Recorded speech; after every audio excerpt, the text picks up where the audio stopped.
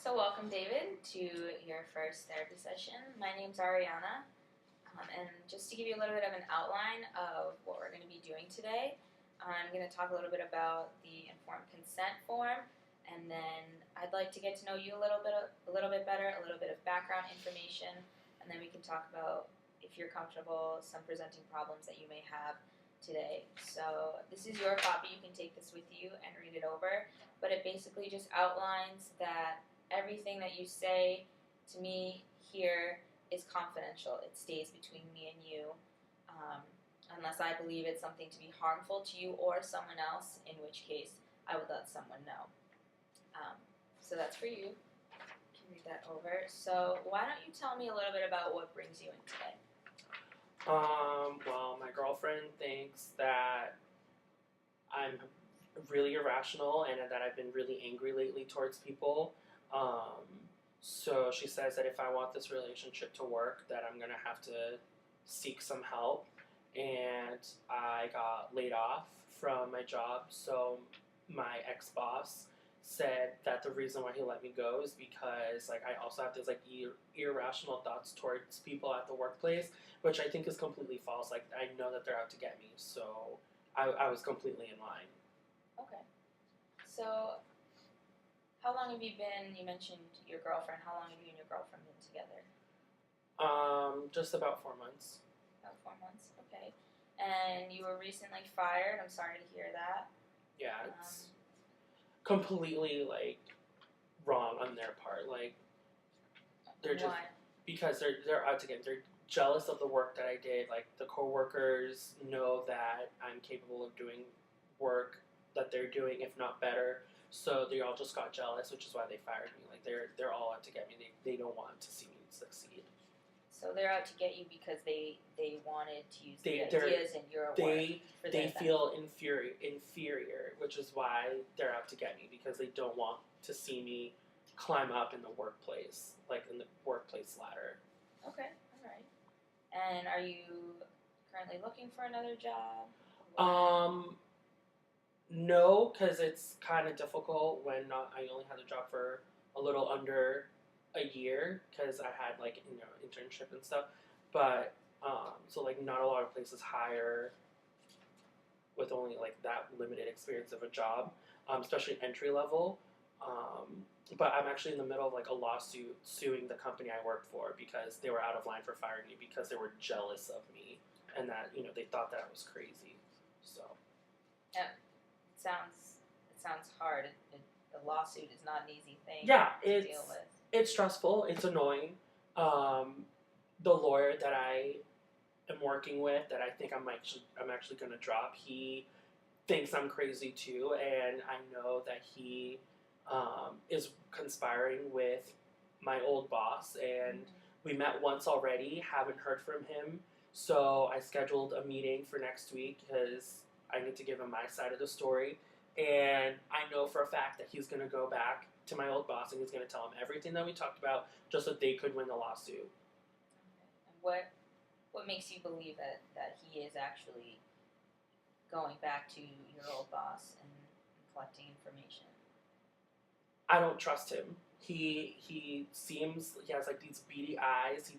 He doesn't seem like a good person, and I know he doesn't want me to win a lawsuit like this because I know he thinks I'm crazy. He even said himself that that I'm irrational and that I get these angry, aggressive tendencies when I start talking about it to him. So I know that he doesn't want me to win. He's not on my side.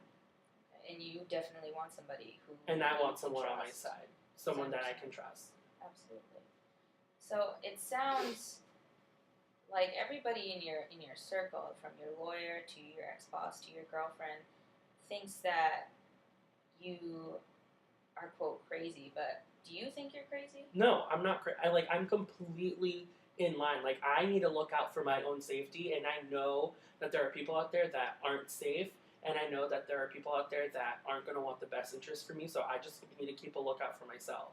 Absolutely. And how do you do that? How do you look out for yourself? I go on Facebook. When I meet someone, I instantly, as soon as I get home, or if I have time away from a group of people. Like I'll go on my phone and I'll go on Facebook, I'll go on Twitter and I'll find them. I'll look through their pictures, I'll look through their posts. If they have a private Facebook, I know I can't trust them because if they can't show me like or show anyone like what they're up to on Facebook or something, then I know that they're not someone that I can trust. And even if they do have like a public Facebook, like I'll find a reason to not trust them. They'll do something, or they'll say something, or they'll post a picture about something that like just doesn't like fit with my scheme of how I do things, and that's mainly like how I know about people. So, does your girlfriend have a Facebook? Yeah, I actually have access to her Facebook. She doesn't know it. I know her password and her email to her Facebook. So like I go on her Facebook sometimes to like make sure she's not cheating on me or talking to other people or talking about me to other people. So I know she has a Facebook because I'm on it all the time. Okay. And you're on her Facebook because you feel as though you need to keep an eye on her? Yeah, I don't. Even though we're dating, like I know that there's still that chance that she's cheating on me, and I'm pretty sure she has cheated on me, if not is cheating on me, which is why I go on her Facebook. Like I check her messages, I check the things that she likes, like off of her phone or like when she's on the computer. Then like I'll even go through my Facebook like to her page to see like what's up. I go through her Twitter account to see like who she's talking to, who's talking to her, like what she's favoriting, if it's like another guy's account or something. So I just need to make sure that she's being faithful to me. Absolutely, because trust is a really important thing. It's Yeah. the foundation for any good relationship. Absolutely. So, when you two hang out, how often do you two hang out? I live with my parents after I graduated college. So, you know, because like student loans and stuff like that. Now it's even harder for me because I don't have a job to like pay those off. But we don't really hang out that much. I would say probably like 3 times a week, if that. And usually it will be like after work for her. So like after 5 o'clock. And usually she'll just like come to my place and we'll like hang out at home. Okay. Do you guys ever go out to movies or maybe a dinner or like walks in the park? Anything outside of your home? If we go out, like I have to pick the place. I have to make sure that you know I'm comfortable and that like it's something that I want to do because there are people out to get me everywhere. Like there are people that know friends of friends, you know, that like they all talk about me or whatever. So they have a like I know that they probably have a grudge against me because I hold grudges. So I know other people hold grudges too. If we go in the park, like we have to hold hands, and like her phone needs to be turned off because like if other people are texting her, it's probably because it's another guy. So there's that. So she doesn't like going to the park that much because of like the rules that I have. In the movies, I know that like the movie theater is dark and like it's supposedly safe, but like I know that there are people watching from behind the movie screen, like that they can see into the audience, and like they're out to get me too. Like I know that they're there to like keep an eye on me to make sure that like I'm going by their rules or whatever. So I don't like going to movies. So usually we hang out at my place because I know that it's safe. I can do what I want. Like I know there aren't people there like watching me. Like I don't have to walk on eggshells in my own house. Absolutely. So you mentioned that you live at home with your parents. How's that going? I'm starting to get a sense that my parents are out to not I wouldn't say out to get me, but they're definitely frustrated with me because I haven't left the house yet, and they probably don't even love me anymore because I'm still at home, and they're sick and tired of this 25-year-old grown man that had a job, lost a job. So like I definitely know that they're disappointed, so they probably don't love me anymore, which means like I can't trust them. Like, well, if you don't love me, how can I trust you? Right. So I don't really talk to my parents that much. So did you move back home after you graduated? That wasn't the plan initially. You know, obviously you have plans. You know, you graduate, you get a job, you get your own place. But after I graduated, kind of lost touch with my friends. Um, I have no idea why. They kind of just stopped talking to me after I graduated. So they probably hate me. And that's fine. Like, if they see me and they say hi, I'm not going to say hi back to them because they haven't talked to me in 4 years. So got an intern. It wasn't a paid internship, so I ended up my student loans kicked in 6 months after I graduated. So I had to find a place to live. So I had to go back home. Okay. And it says here you graduated from the University of Connecticut, which is impressive, in business. When you were back in college, so about 3-4 years ago, how was college for you? College, was great. I Good. went to school, made friends, got involved, did some like physical activities like sports, had great relationships with people, a girlfriend here and there, like had a pretty decent social life. I was good in like academics, made dean's list, and then I don't know what happened. Like people just stopped talking to me because they hated me or whatever. So like I don't talk to any of them because clearly they don't like me. Okay. And it sounds then like your stress and your issues with trust that you have now are fairly recent then, because it sounds like college was like I was in student government. Good for you. I founded the Yukon Ultimate, which was the ultimate frisbee club that I started. That's awesome. I was in the Yukon Business Club, and like we did like business Jeopardy with like the campus and stuff for like people that were interested and had like gift cards and stuff for like other places. Like I did so much for the school. And, like, I would say I was a good guy. I don't know why people just stopped talking to me. I don't know why people started hating me, but because of that, I don't want to talk to them.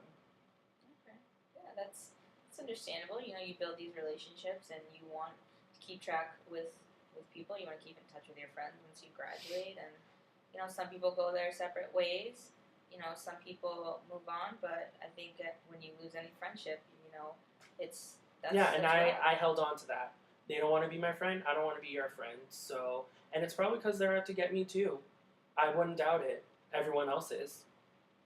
Okay, and what leads you to believe that they're out to get you specifically? Well, they're jealous. I was on student government. I did clubs. They weren't really involved.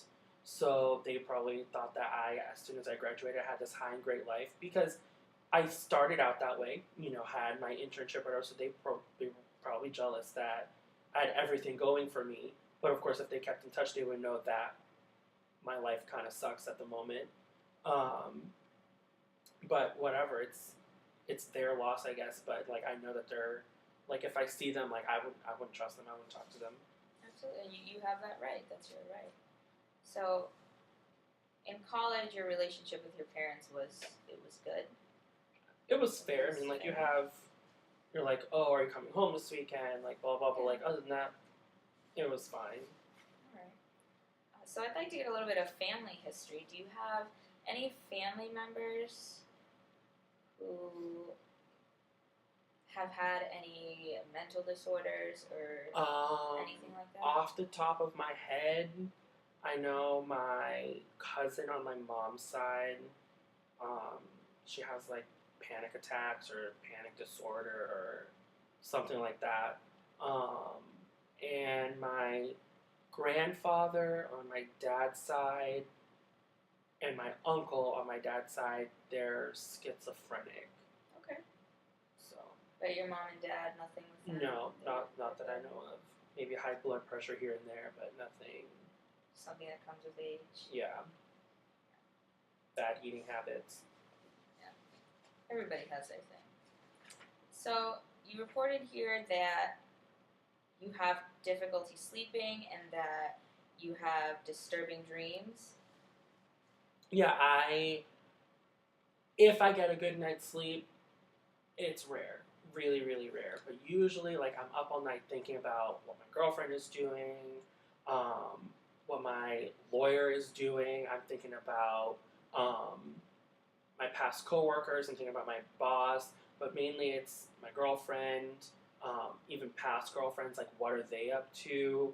Um, People like in the neighborhood that I know of, like I keep thinking like, what are they doing? Like, are they like peeping through their window? Like, why are their curtains always closed? Like, why don't they leave the house either? You know, stuff like that. I think about like what my parents are thinking about of me. Like, when are they gonna kick me out? If they're gonna kick me out, um, things like that. And then dream wise, I'm always running in the dream. Never running towards something. I'm always running away from something, and it's usually like a crowd of people or a person that's like out to get me. Like they're chasing after something. I never know what it is, but like I know that I'm frantic. I'm anxious, and every time like and it's like black, and like every time I look back, I can never identify who the person is, but like I know it's like a force of like trying to like grab me or trying to like put me in a corner. So, and then like because I don't want to have those dreams, usually I end up staying up at night worrying about other things. But that's rough. Everyone deserves a good night's sleep. Yeah. Absolutely. So, you also put down that you have been to therapy before, with Dr. Scholl. And how long were you seeing Dr. Scholl for? Like 2 months, I would say like 4 sessions. I knew he didn't like me. He wanted to like give me all this medicine, and I knew that medicine was just to make me crazy. So I pieced out. I didn't trust him. Okay. He didn't want to know who I was. He just wanted to tell me that there was something wrong with me. Okay. And what medication do you remember? What he gave you? I think it was like Xanax or something like that. Okay. Yeah, it's an anti-anxiety medication. Yeah, I mean, I can see why he would prescribe it, but like, I'm not like those other people that are like all over the place, like worried about every single little thing. You know what I mean? Right. Like, I don't worry about little things. Like, I worry about things that are important, like that people are wanting my worst interest to come to fruition. Absolutely. Are you taking Xanax now? I never took it. Okay. He gave me the prescription, and first I thought, okay, sure. Went to like a CVS, and I put in the order. I grabbed it, but like as soon as I got home, I just left it there in the bathroom shelf because like that I knew that was his way of like making me crazy, and I know I'm not crazy, so I just never took it. Okay. And do you ever feel do you ever have like any physical symptoms? Like, do you ever? Usually like my mind starts like running wild during the day, so then I'll get like really, really bad headaches. Okay. Almost, if not like every day, every other day. It's pretty frequent. And when they happen, how, on a scale of 1 to 10, how severe would you say that they are? Like 20. 20. Okay, Like wow. at the least, probably like an 8. You know, and that's like a good headache. Not, you know, no headache is good, but like a headache that will last probably about 3 hours. But usually they last on average like half a day, if not the whole day. Sometimes like back to sleep, I'll have the headache like throughout the night, which also like keeps me up. Do you usually do anything for your headaches? If I get like a really bad headache or a migraine, I have to take medication I buy for myself that I know is safe, that I have taken my entire life, never did me wrong. People can't, like, I will not accept medication from other people because it's probably medication either to like keep the headache going, who knows, poison me. I don't know what's running through their mind. Or it's either to like make me crazy, or like who knows, like trying to make me sick of some sort. So it has to be medication I get for myself, just like usually like a Tylenol or Advil or something. So it sounds like you need to have that security of knowing that it's yours. And which was an issue at work. I would leave work and I from my house, like my parents' house. I live about like 45 to an hour away without traffic. So like I would leave work, go home, take the medication. Like obviously my boss had problems with that, but like he doesn't get it. Like he wants me to take medicine from the first aid kit, and like I'm not gonna do that because people at work will and have, like I know for a fact that they have switched out like the Tylenol medication for like poison pills. And you Like need for that safety. me, yeah. So like I need to know that the medication I'm taking for my headaches are like real for headaches. Okay, that's totally understandable. So when you take the medicine, usually Tylenol or Advil, you said. Mm-hmm. How often do you take it? Depending on the headache. Depending on the headache, I mean the label suggests like depending on the strength of the thing, but I usually get like extra strength, to the point that I won't need a prescription. Okay. I'll take 2 every like 4 hours and like 4 to 6 hours or whatever. So like in a day I could end up taking like 8 pills. Alright. And it usually works? It subsides the headache? Lessens, like depending on the headache. Sometimes it'll go away, sometimes it'll just lessen the headache. Alright, that's fair.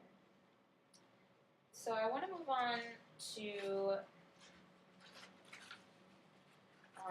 some other information. I want to know, what do you consider to be your strengths? What do you feel, David, that you're really good at? Well, I can remember anything.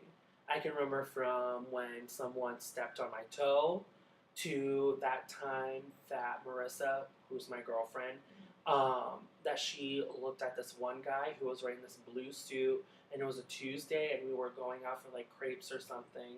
Of course, like it was a takeout order, and like the guy that came to the window or that was walking by our house, like I can remember stuff like that. Like I'll remember who at work said what to me, and like I hold on to those things because like you never know when you're gonna need to refer to those things, because like those are the key elements to knowing that people are like out to get you. Like they say things to you, or they'll say things about you, or they'll like look at you a certain way or something. So like I remember those things. I would also say that like I'm really cautious when it comes to like meeting people, and feel like more people need to be like that. Absolutely. I mean, caution is definitely something. It's a great strength to have, because You need to keep yourself safe. absolutely 100%, and that you're aware of that. That's a great thing to be aware of, and to know that you really, you're really good at. What do you like the most about yourself? I would say that I can pretty much win any argument that I've had, and that's because I can remember things. So like that's that. Like I can pretty much win any like argument with somebody.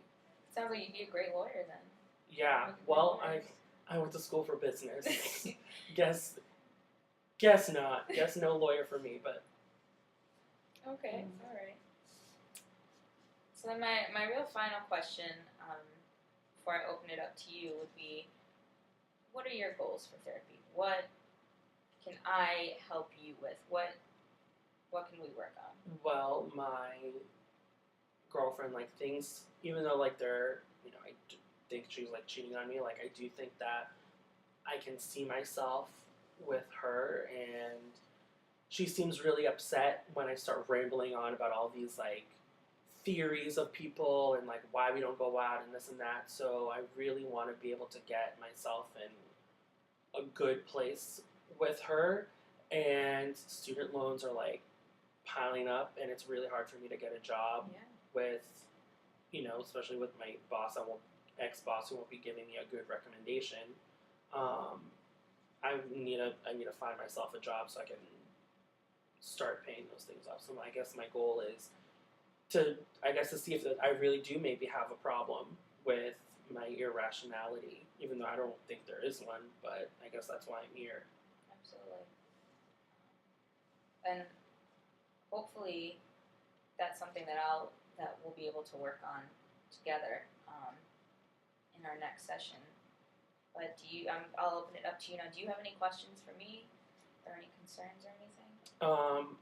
I guess like how long have you been doing this for, and like how do I know that as this moment that I walk out that door that you're not going to start blabbing around to everyone like everything that I just told you? Absolutely. So to answer your first question, I've been a licensed psychologist now for 10 years. I got my PhD from the University of Rhode Island. Um, and I've been in practice now almost for 10 years. And to answer your second question, it's all disclosed in the informed consent form, but the relationship of the client therapist is based off trust. I am here for you, and anything that you say to me is strictly between you and me.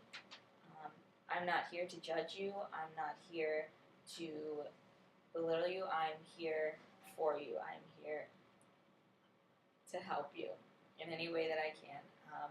And I would like to start seeing you maybe 2 to 3 times a week, if that's something you're comfortable with.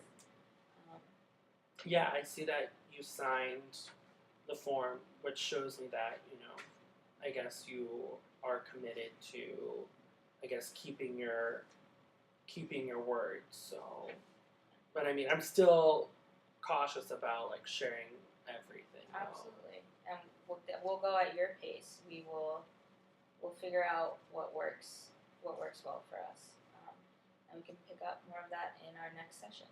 Okay. All right. Well, thank you, Dr. Pagan. Thank you, David.